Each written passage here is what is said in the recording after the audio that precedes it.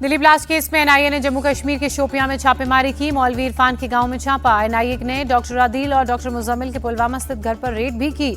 आमिर के घर पर भी छापेमारी। जैश के व्हाइट कॉलर मॉड्यूल से जुड़ा मामला।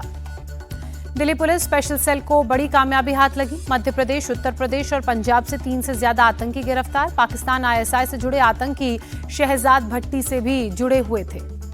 डॉक्टर शाहीन को लेकर जांच एजेंसियों का खुलासा। कमरे से 18 लाख कैश बरामद। अल फलाह यूनिवर्सिटी के रूम नंबर 22 से हुई बरामदगी।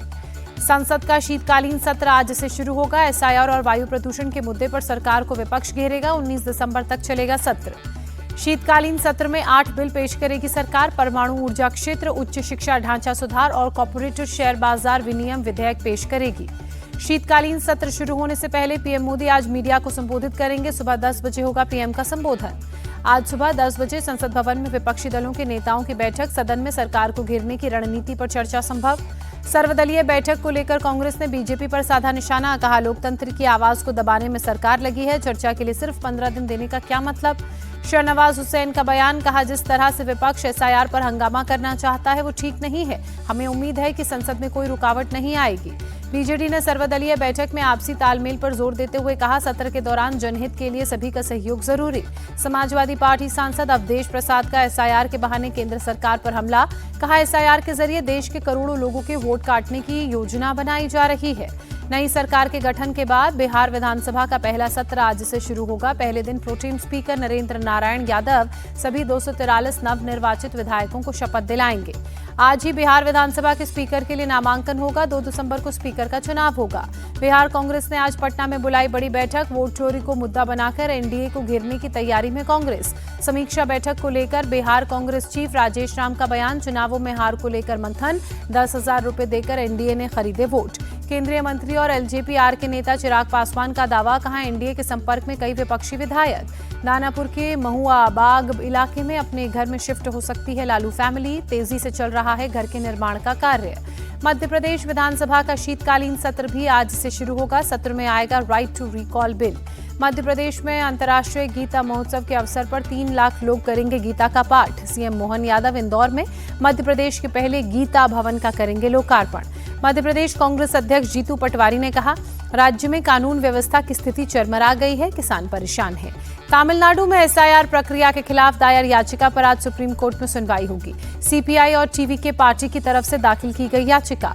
यूपी में एक और बीएलओ की आत्महत्या। मुरादाबाद में सर्वेश नाम के टीचर ने लगाई फांसी। सुसाइड नोट में लिखा, टारगेट पूरा नहीं कर पा रहा हूं, बहुत टेंशन में हूं। यूपी में बीजेपी के पूर्व विधायक संगीत सोम ने मौलाना मदनी पर साधा निशाना। कहा, संविधान की बात करते हैं लेकिन पत्नी 4 रखते हैं। मौलाना मदनी के बयान के खिलाफ भोपाल में प्रदर्शन। बजरंग दल और विश्व हिंदू परिषद के कार्यकर्ताओं ने कार्रवाई की मांग की। छत्तीसगढ़ के दंतेवाड़ा में 37 माओवादियों ने सरेंडर किया। पिछले 20 महीने में 508 माओवादी कर चुके हैं आत्मसमर्पण। दित्वाहा तूफान से श्रीलंका में मरने वालों की संख्या 200 के पार। 200 से ज्यादा लोग अभी भी लापता। श्रीलंका में तूफान दित्वा से भीषण तबाही। इंडियन एयरफोर्स के कई फंसे लोगों को सुरक्षित निकालने की जानकारी। तमिलनाडु के तिरुवल्लुर में चक्रवात दित्वाहा का असर। कई इलाकों में तेज हवाओं के साथ बारिश। चेन्नई में भी चक्रवात दित्वाहा का साइड इफेक्ट। समुद्र में उठी ऊंची लहरें। सुबह के वक्त हुई बारिश। हिमाचल कांग्रेस के नए चीफ विनय कुमार ने संभाला पदभार। कार्यकर्ताओं ने गर्मजोशी से किया स्वागत। बीजेपी नेता नवनीत राणा ने ममता बनर्जी पर तंज कसते हुए कहा, दीदी राम नाम का जाप शुरू करो, अब ना कोई बाबर पैदा होगा ना बाबरी बनेगी। राजस्थान के कोटा में शिव मंदिर में तोड़फोड़ के खिलाफ आक्रोश। हिंदू संगठनों ने सड़क जाम कर नारेबाजी की। आरोपियों पर कार्रवाई की मांग की। वाराणसी में शादी समारोह में युवती ने लहराई पिस्टल। शादी के स्टेज के पास एक शख्स के साथ हर्ष फायरिंग की। बिहार के पूर्णिया में 2 पक्षों में विवाद के बाद झड़प। लाठी डंडों से हमला। एक युवक के फायरिंग का वीडियो भी वायरल। मोतिहारी में एनआईए की 3 जगहों पर छापेमारी। एक आरोपी को हिरासत में लेकर पूछताछ। बिहार के खगड़िया में मातम में बदली निकाह की खुशियां। हर्ष फायरिंग में दुल्हे इरशाद की हुई मौत। हरियाणा के रोहतक में बैंक कर्मचारी के साथ लूटपाट। स्कूटी सवार 3 बदमाशों ने की लूटपाट। महाराष्ट्र के सोलापुर में बड़ा सड़क हादसा। नवविवाहित दंपति की कार ट्रक से टकराई। 5 लोगों की मौके पर मौत। तमिलनाडु के शिवगंगा जिले में 2 बसों की आमने सामने की टक्कर। भीषण हादसे में बच्चों सहित 11 लोगों की मौत, 20 से ज्यादा घायल। राजधानी दिल्ली में खतरनाक स्तर पर प्रदूषण। इंडिया गेट और कर्तव्य पथ इलाके में AQI 260 के पार। आसमान में धुंध। कन्नौज में खुलेआम ट्रैफिक नियमों की धज्जियां उड़ाई गई। हाईवे पर कार में स्टंट करते रईसजादे नजर आए। देहरादून में उत्तराखंड लोक विरासत कार्यक्रम में पहुंचे मुख्यमंत्री पुष्कर सिंह धामी ने कहा, लोक संस्कृति को बचाकर रखना हम सब की जिम्मेदारी। लोक गायिका मालिनी अवस्थी की पहली किताब चंदन किवाड़ का चौथा संस्करण लॉन्च हुआ। विमोचन कार्यक्रम के दौरान मालिनी अवस्थी ने लोक गीतों की बुनियाद की कहानी बताई। मालिनी अवस्थी की किताब चंदन किवाड़ पर दिल्ली के इंदिरा गांधी राष्ट्रीय कला केंद्र में परिचर्चा हुई। मालिनी अवस्थी ने कहा, ये किताब पुरानी धरोहर और संस्कृति से जोड़ेगी। भारत ने रांची वनडे में दक्षिण अफ्रीका को 17 रनों से हराया। अफ्रीका की पूरी टीम 332 रनों पर ढेर हुई। भारत ने जीत के लिए दक्षिण अफ्रीका को दिया था 350 रनों का लक्ष्य। 3 मैचों की वनडे सीरीज में 1-0 से बढ़त बनाई।